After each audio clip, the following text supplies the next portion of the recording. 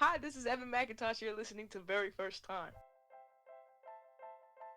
Du haut de ses 17 ans, Evann McIntosh impressionne par son talent et sa maturité. Ce jeune artiste non-binaire, avec son nouvel EP Character Development, sorti en août dernier, s'inscrit clairement dans la lignée de Billie Eilish par sa voix et sa facilité à passer d'un genre musical à un autre. Ces 8 morceaux, concentrés de dream pop, de funk et de soul, constituent un projet intimiste dans lequel Yel parle amour et se questionne son identité. Et c'est avec cet entretien que je souhaitais terminer cette séquence spéciale de jeunes artistes. Attention, l'épisode est en anglais, mais version française arrivera bientôt. So the first thing I wanted to ask you is, so can you tell me the first song that you ever written? At what, how old were you when you wrote that, and what was it about? Okay. I don't remember the very, very, very first song I ever wrote, but I do remember the first one that I wrote on the guitar, and it was called "Feels Like," is what it was called, and I wrote it on the bus from school to my house for my first like guitar lesson Okay. because yeah, and I think I was 9. I was about 9 when I wrote it. Okay.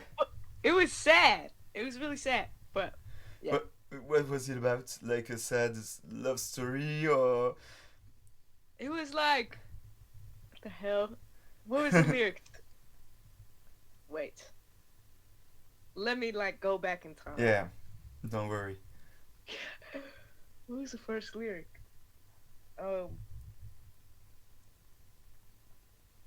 I remember the second verse was like, I can't trust anyone or anything. Is it time to just give up? Or something like that. Like, ridiculous. I was like 9 years old.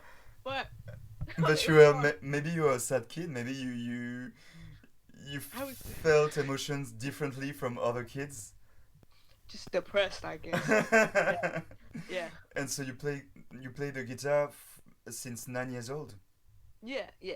Okay, so it's and do you play other instruments now or? I play like the keyboard, but like Okay. out of like necessity because I have to for like producing and stuff. But yeah, And so on this first song, it was only guitar, yeah. and what was so your aspirations? It was like your life. Maybe you write from life experiences, or you can write about things happening around us, like demonstrations, racism, homophobia, or things like that, or is it always something that concerns your life? I think because I've been writing for like a really long time. Like I've Yeah, from it's like 10 yeah because you're like 19, no? 17. 17. Okay. Yeah, So yeah, it's been like 8 years since you yeah, since you yeah, first starting yeah. writing. But I've been writing since like as far back as I can remember. But I think I it was just I was always like a very observant kid. Like I Mm. would just absorb my environment and like spit it back out, but also just constantly thinking. Like I've never been able to turn my brain off. Like it was always just going like this. So like a really good way to like outlet all of this like whatever's going on in my brain was just to write it out. And then I had Mm. something to like yeah. And so is is this first song really different from your first album and your last EP? Do you think that maybe the writing changed a little bit, or the way you produce the songs or the instruments you use? How is it different from your last EP, for example? Um like you talk about the first song. Yeah, the song you were First, talking about, like you yeah. wrote on the Yeah. bus. Yeah, it's way different. Just because I was like 9 and it was my first instrument ever. And like my last EP or character development um way different. Way different. But yeah, I'm glad, it would kind of suck if my writing hadn't progressed like at all. And like Yeah. but yeah.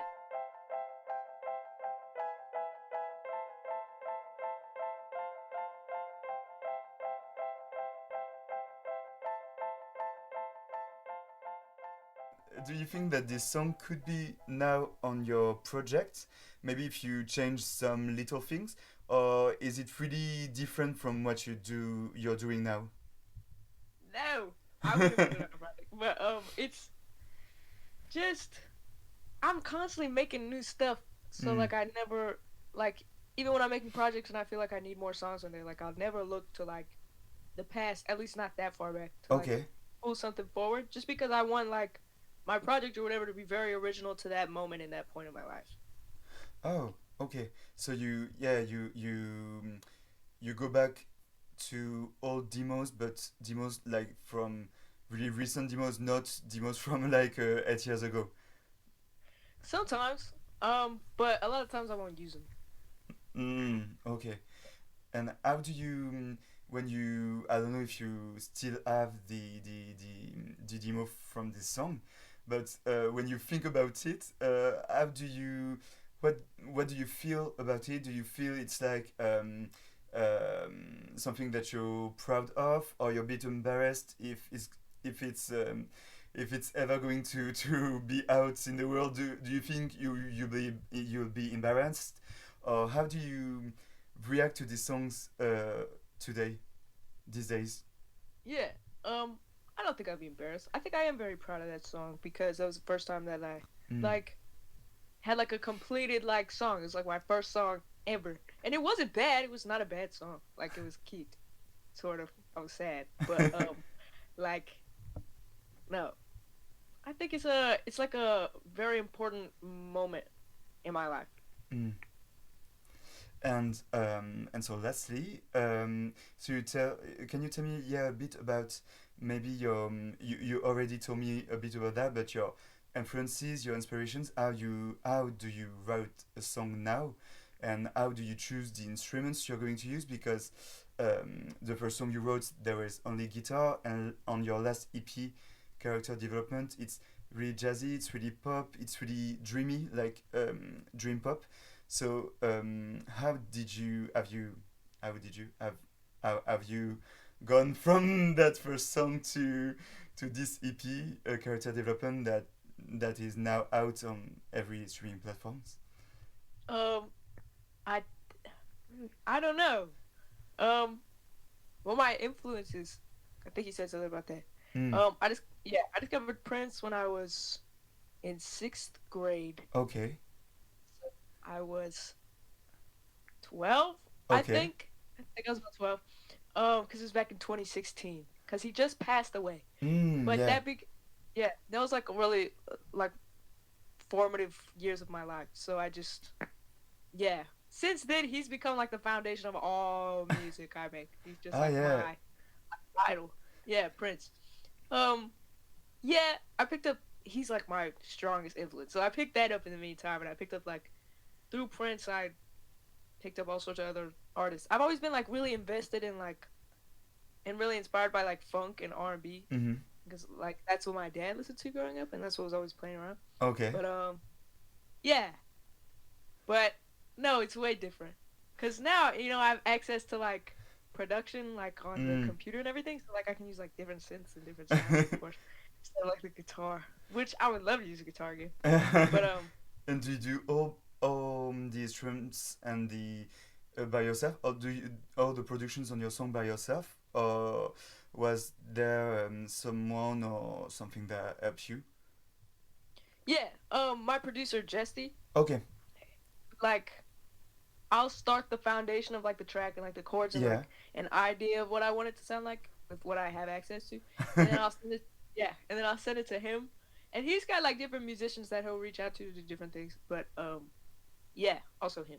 Ah, okay. So yeah, you do the foundation, and then he adds things, and maybe you talk about it about some things, and he adds this or that, or take out something, and yeah, it's like a Yeah. okay.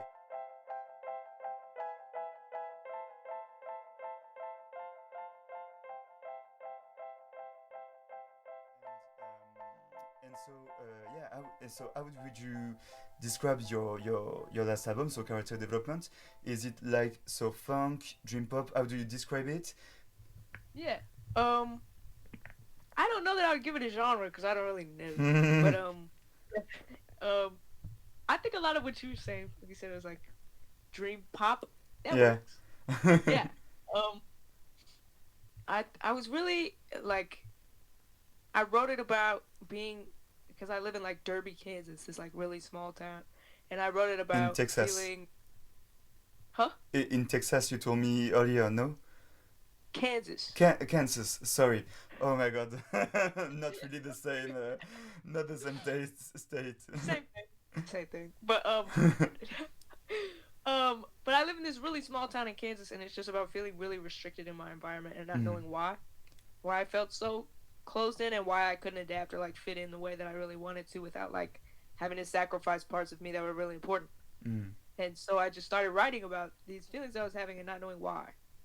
So it's just like I like describing it as like a series of questions. Like I wrote the mm. album as a series of questions, and as I finished it, because it took over the span of like 2 years, I had like Okay. answered them all. Mm. Yeah, So now, yeah, you answered all the questions you asked in this EP. yeah. What were they? Like, My questions. yeah, Let me think. It maybe depends some on the of song. them. Not maybe if you don't want to open about some of them, you're not. It was just like me trying to find myself, Mm, and trying to find the distinction between me and where I'm at, like, mm. like in the world. And so my last question was, is there a song that's your favorite on this album? What's your favorite song in this album? Um, I've been saying Cocoa Pebbles, but as I've been like listening to it, I think I really like either King Henry VIII, which is incredibly like slept on. That song is so brilliant. That song or Bo Peep. And so, can we expect another project soon? Or Oh, I hope so. Yeah, I've been working on one. okay, It's really good. Bo okay, Peep. well, I'm really excited to hear about it. Yeah. Thank you very much. Merci à tous d'avoir écouté cet épisode. Vous pouvez retrouver toute première fois sur Spotify, Deezer, Apple Music et Google Podcast, et également aller suivre et liker les pages Twitter et Instagram. Merci.